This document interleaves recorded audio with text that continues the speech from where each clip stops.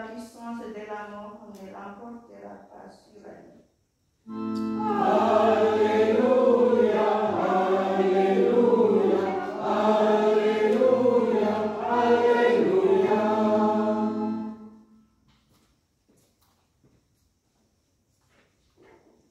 Le Seigneur soit avec vous Et avec votre esprit. Évangile de Jésus-Christ selon saint Matthieu. Gloire à toi, Seigneur. En ce temps-là, Jésus, arrivé dans la région de Césarée de Philippe, demandait à ses disciples, au dire des gens, qui est le Fils de l'homme? Ils répondirent, pour les uns, Jean le Baptiste, pour d'autres Élie, pour d'autres encore Jérémie ou l'un des prophètes. Jésus leur demanda, et vous, que dites-vous? Pour vous, qui suis-je? Alors, Simon-Pierre prit la parole et dit, tu es le Christ, le Fils du Dieu vivant. Prenant la parole à son tour, Jésus lui dit, heureux es-tu, Simon, fils de Jonas, ce n'est pas la chair et le sang qui t'ont révélé cela, mais mon Père qui est aux cieux. Et moi je te le déclare, tu es Pierre, et sur cette pierre, je bâtirai mon Église. Et la puissance de la mort ne l'emportera pas sur elle. Je te donnerai les clés du royaume des cieux. Tout ce que tu auras lié sur la terre sera lié dans les cieux. Tout ce que tu auras délié sur la terre sera délié dans les cieux. Acclamons la parole de Dieu. Louange à toi, Seigneur Jésus.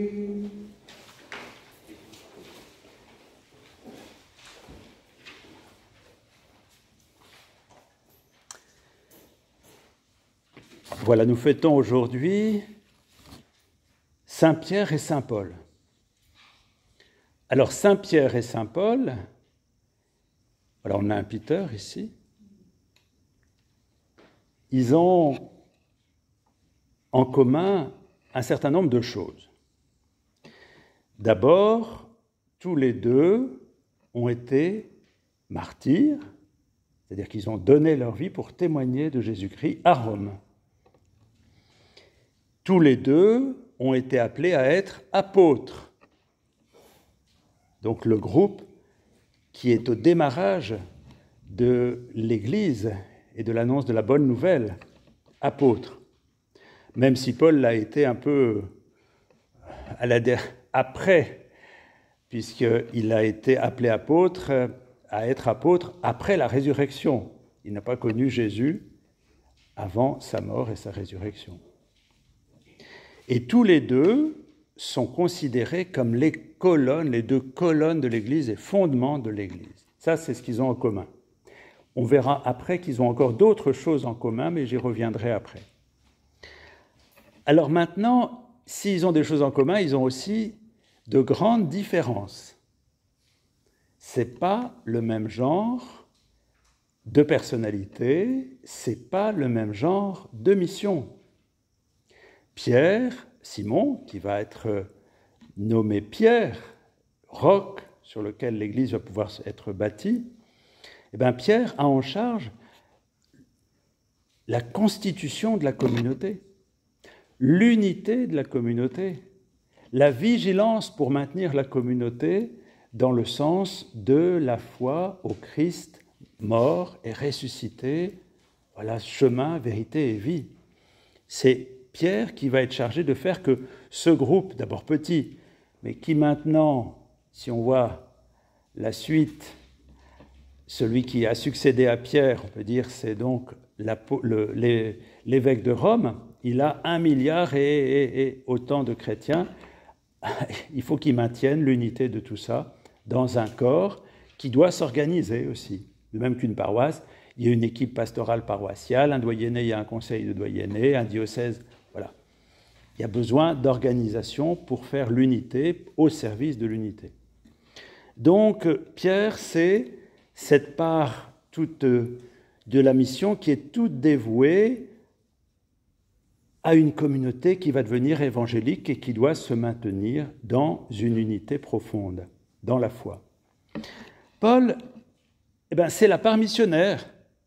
C'est d'aller sur les chemins, rencontrer les cultures différentes, aller de par le monde, dans les pays, essayer de faire des ponts, essayer de rencontrer tous ceux qui sont autres, qui ne connaissent pas Jésus-Christ, pour les rencontrer en vérité et annoncer Jésus-Christ partout où c'est possible.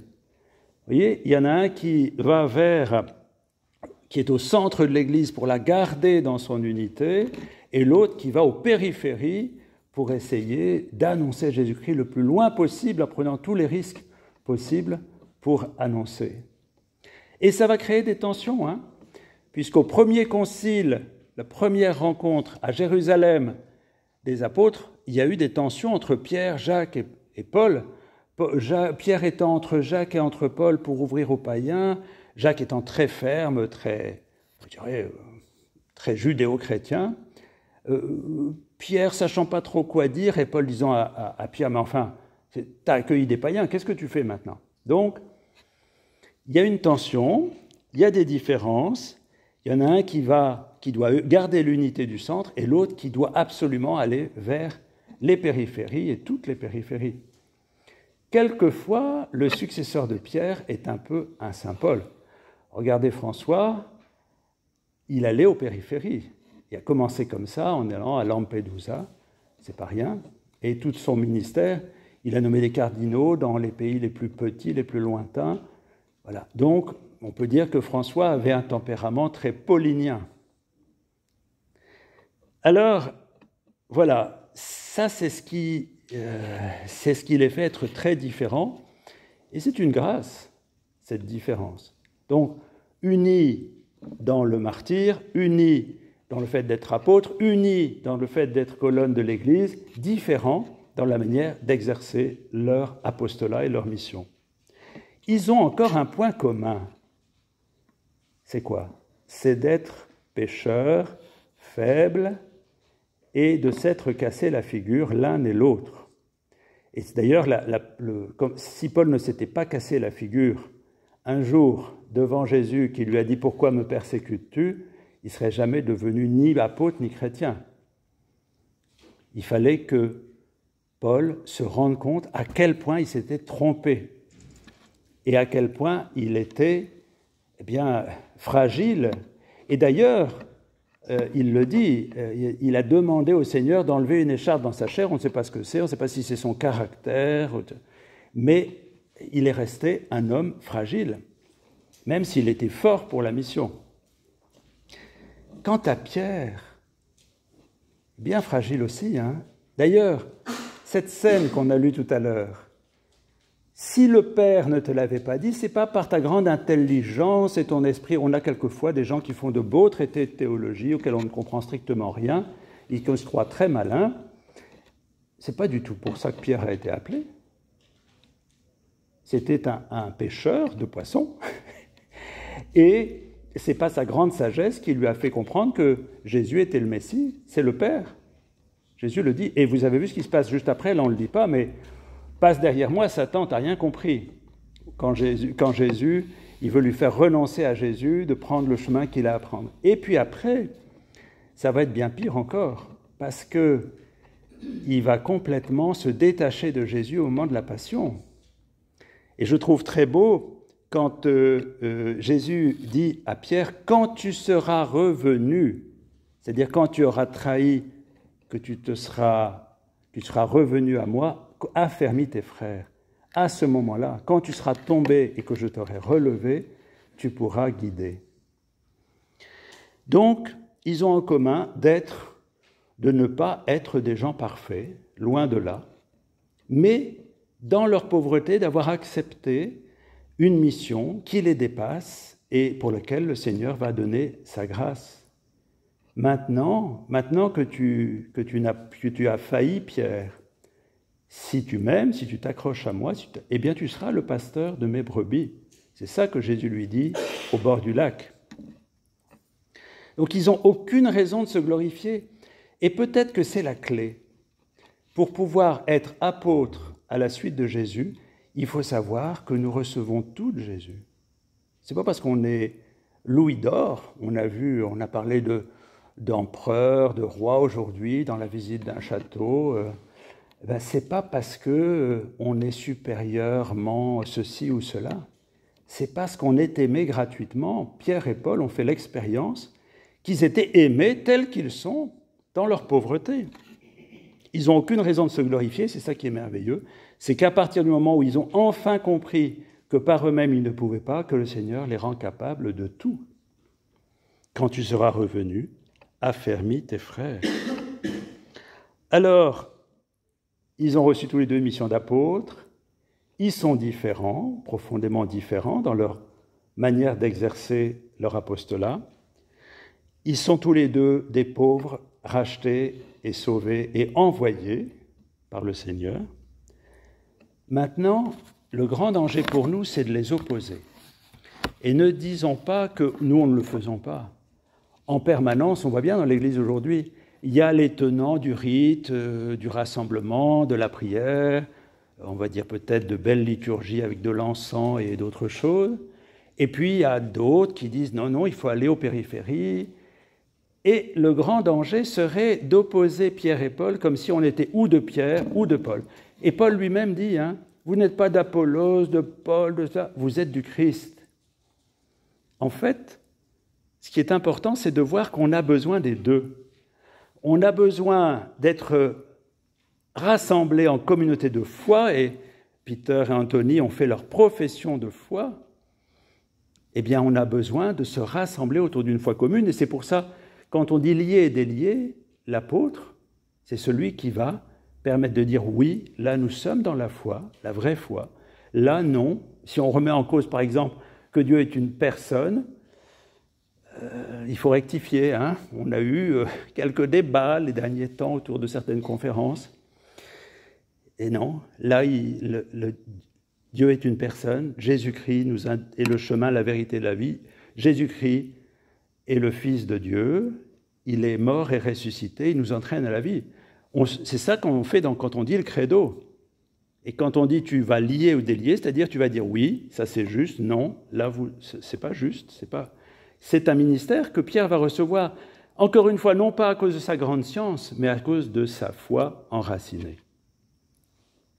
Il faut les deux, il faut aller aux périphéries, il faut se rassembler dans la foi et sans arrêt se rappeler qu'on doit faire les deux. Si on est sans cesse dehors et qu'on ne se rassemble pas dans la foi, on se dilue. Si on est tout le temps dedans et qu'on ne va pas rencontrer nos frères humains dans ce qu'ils sont dans leur richesse, mais on devient une secte, il faut les deux. C'est indispensable. Donc il faut tenir Pierre et Paul. Et peut-être savoir que les autres, ceux qui pensent peut-être un peu différemment de nous, peuvent nous apporter quelque chose. Et nous avons peut-être, si on est d'une autre sensibilité, on peut apporter quelque chose. Aujourd'hui, c'était formidable cette sortie qu'on a faite. Parce qu'il y avait des chrétiens d'une paroisse qui s'appelle Sainte-Joséphine Bakita et d'autres paroisses. Et puis il y avait des non-chrétiens du quartier. Et la dame qui nous avait visité le château me disait, au moment où je suis allé pour payer, écoutez, c'est formidable votre groupe, c'est beau comme c'est ouvert, de voir que vous n'êtes pas tous pareils et que vous venez d'horizons différents. Et là, on était un peu Pierre, communauté rassemblée, Paul, ouverte. Il faut garder les deux. Alors, cette unité dans la différence repose aussi sur de l'estime mutuelle. C'est dur d'estimer ceux qui sont différents de nous. Et vous voyez, j'aime bien comment Paul parle de Pierre et comment Pierre parle de Paul, même s'ils ont eu des vrais affrontements. Mais dans la première aux Corinthiens, Paul parle toujours, là en particulier, mais dans bien des textes, avec vénération de Pierre. Il dit « Pierre, à qui Jésus ressuscité est apparu en premier, puis aux 12 ». Donc il a vraiment une vraie vénération pour le rôle de Pierre. Et Pierre, dans sa deuxième lettre, dit ceci de Paul, « Notre frère et ami, qui vous a écrit selon la vraie sagesse qui lui a été donnée. » Vous voyez, ils s'estiment. Ils sont autres, ils sont différents, ils sont complémentaires, et ils ont une profonde estime et affection mutuelle. Bien que le Seigneur nous donne de voir nos différences comme des défis, mais aussi comme une richesse pour la mission.